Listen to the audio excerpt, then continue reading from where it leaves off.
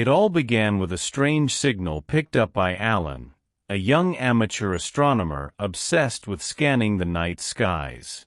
Alan had spent countless nights listening to faint echoes from the cosmos, hoping for evidence of extraterrestrial life. One crisp autumn evening, his old radio telescope hummed to life, catching a rhythmic, otherworldly signal. It wasn't random static, it was a pattern. Excited and trembling, he decoded it, coordinates. But not for some distant star system. They pointed to a desolate clearing in the forest on the outskirts of town. Compelled by an unexplainable urge, Alan decided to investigate. Armed with only his flashlight and a handheld recorder, he ventured into the woods at midnight.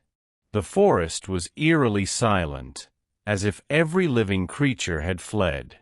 The air grew colder with each step, and Alan couldn't shake the feeling that he was being watched. His flashlight flickered, then dimmed, as he reached the coordinates. In the clearing he saw it, a massive, sleek black craft, hovering silently above the ground. It was unlike anything Alan had ever seen, its surface pulsating with a faint blue glow. He began recording, whispering into his device as he crept closer. Suddenly, the craft emitted a low hum, and a strange light engulfed him. Alan blacked out. When he awoke, he was back in his living room, sitting in his recliner, but something was off. His clock read 3 a.m., the same time he had left. No time had passed. But the recorder in his hand told a different story. Pressing play, he heard his own panicked voice narrating his encounter, then screams, followed by a chilling silence. Alan looked at his reflection in the window and froze. His eyes were different. The irises glowed faintly blue, matching the light from the craft. Then came the whispers. Not from the recorder, but inside his head.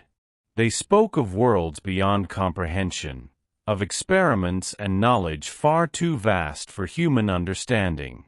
They spoke of integration. Alan felt his body move, not under his own control. He grabbed a notebook and began to draw, strange symbols and diagrams pouring out of him. The whispers grew louder, urging him to prepare. As dawn approached, Alan's house was surrounded by shadowy figures, their forms just barely humanoid but wrong in every way. They moved as if they were made of liquid, slipping through cracks in the doors and windows. Alan, now fully consumed by the whispers, didn't resist. He smiled, the glow in his eyes intensifying. The next morning, the house was empty. Alan was gone. His equipment was smashed, his recordings erased, and his notebook filled with incomprehensible symbols. The clearing in the woods burned to ash, leaving no evidence of the craft. But late at night, a faint blue glow could still be seen in the sky, and locals reported hearing a rhythmic signal on their radios. Some say Alan became one of them, an emissary to prepare humanity for what's coming. Others say he was a warning, a glimpse into the horrors waiting beyond the stars. Whatever the truth, one thing was clear: we are not alone, and they are already here.